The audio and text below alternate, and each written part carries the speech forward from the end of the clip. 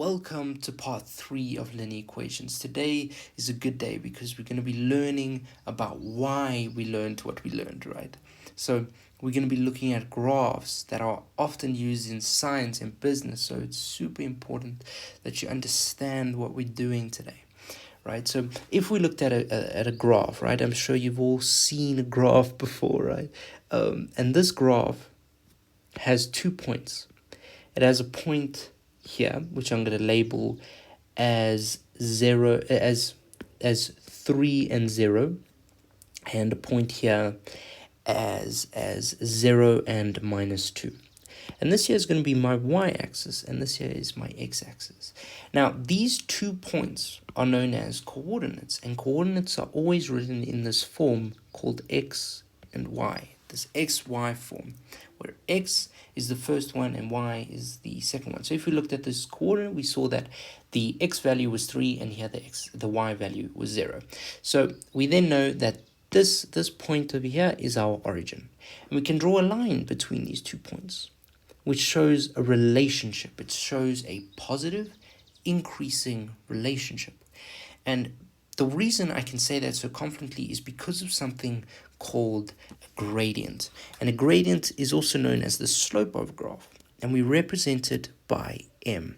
And this m is equal to this formula. And this formula is y2 minus y1 over x2 minus x1. It is also equal to rise over run. And that's maybe the most complicated thing in today's lesson, right? Because you have to remember something, because it's all quite intuitive, this section. All right? And so what do we mean by rise over run? Well, if we looked at this graph here, we saw that we have an increase, right? And what do I mean by an increase? I'm saying that we saw that the y value increased from -2 to 0, and we saw the x value increased from 0 to -3. Let me just take those away so you can see it again. So it increased from 0 to 3 and -2 to 0. So both x and y increased from that point, from the first point. Let's label this here the first point and this here the second point. Okay, we could have done it vice versa. It would have given us the same answer. And so what does rise over run mean? Well, it's saying that we have a change in x over a change in y, which is what we represented by over there. Perfect. But again, what does it mean? Well, it means that as our run changed, our rise changed. So we saw here that our x values changed, and that caused a change in our y values, and both increased, and that's why it is a positive gradient. But let's say, for instance, we had a negative gradient. What does that mean? That means as our x increases, it causes a negative change in our y, and that is why it's a negative relationship. As we run, we are falling, and that's why it's negative. Perfect, right? So let's work out this gradient. So this one would equal to, so I have my second point, my y2 would be 0, my y1 from our first point would be -2.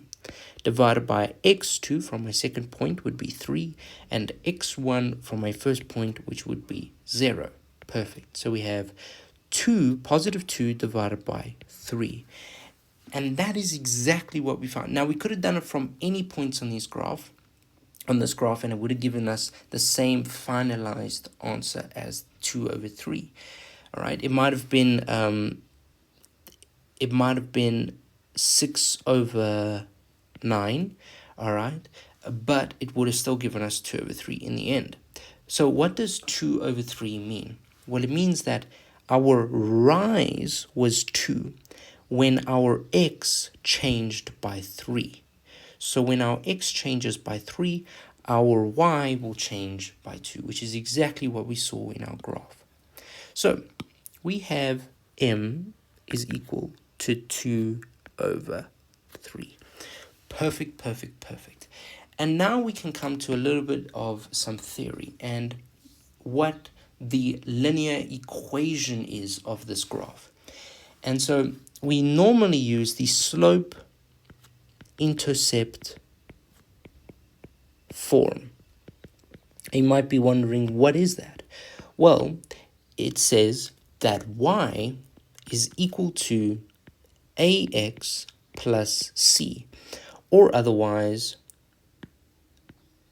mx plus c, where m is our gradient. And this here shows the relationship between x and y. Now, the reason it is called the slope intercept form is because c is equal to the y-intercept. Now, what is an intercept?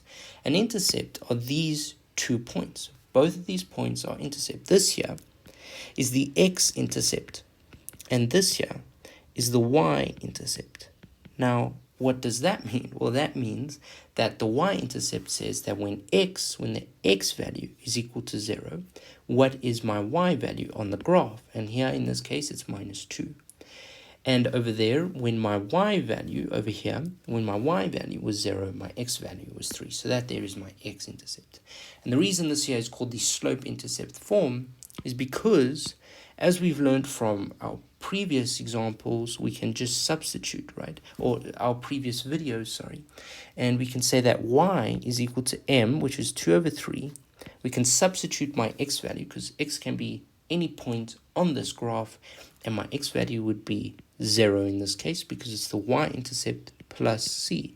So y is equal to c when x is equal to 0.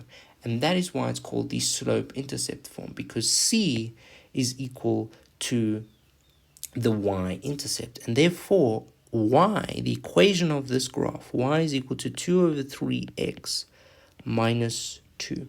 And so if we looked at point 2, right, we saw that, or the x-intercept, we saw that x was equal to 3. So if I put 3 over here, I substitute it in, we see that these two cancel and y is equal to 0. And that is exactly what we see on point 2. That is equal to our y-intercept.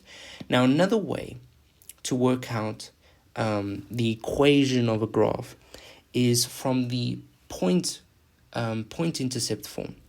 All right, and the point intercept form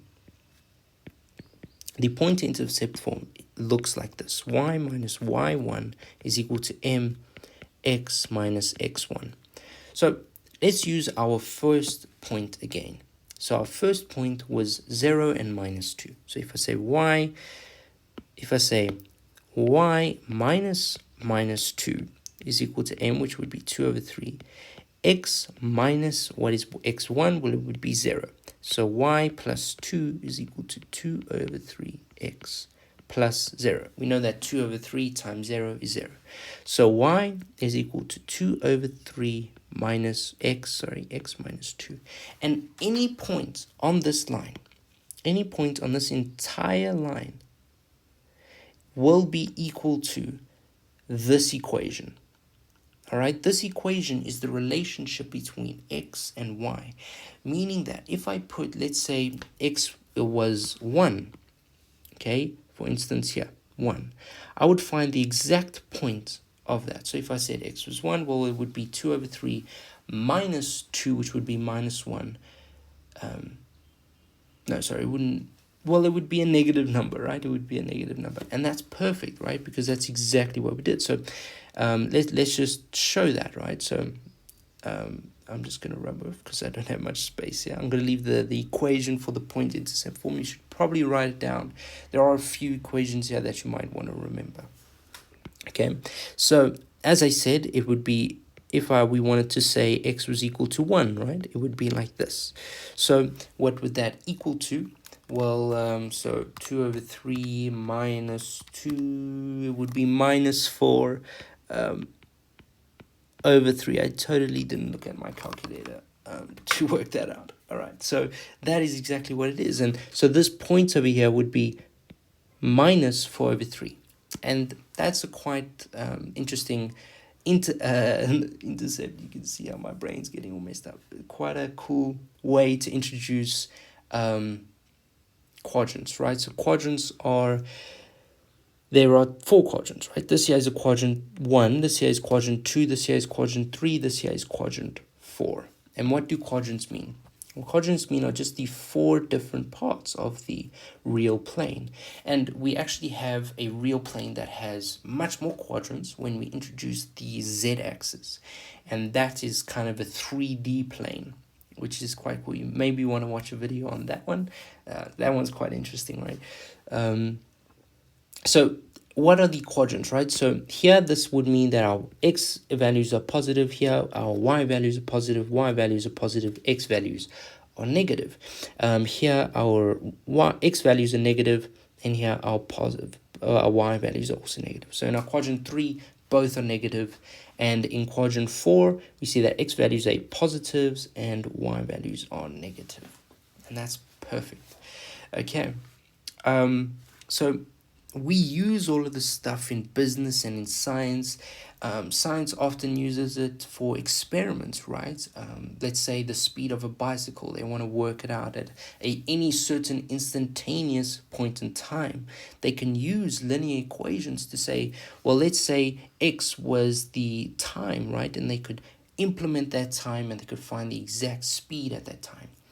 For businesses, they might say sales and profits, right? So they might want to implement how many sales they need to make a certain profit. And so math, as you can see, it's used everywhere, and that's why equations are so important and so interesting. So I really hope you learned something. I hope you had a good time. Yeah, stay healthy. Have a good day.